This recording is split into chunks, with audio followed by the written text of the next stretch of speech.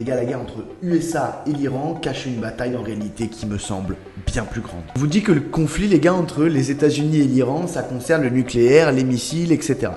Mais certains analystes pensent que les vrais enjeux, évidemment, sont plutôt du côté de l'énergie. Parce que la vraie rivalité mondiale aujourd'hui, en 2026, elle concerne la Chine et les États-Unis.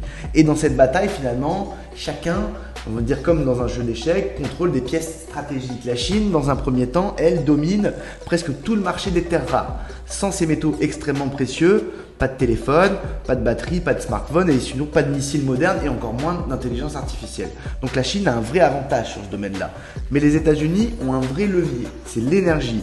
Une grande partie du pétrole mondial, vous le savez, passe par le détroit d'Ormuz. Et aujourd'hui, ce détroit d'Ormuz est bloqué à cause de la guerre Iran-USA. Autre détail, malgré les sanctions, on le sait, sur le pétrole iranien depuis des décennies, la Chine reste toujours évidemment acheteur de beaucoup de pétrole iranien.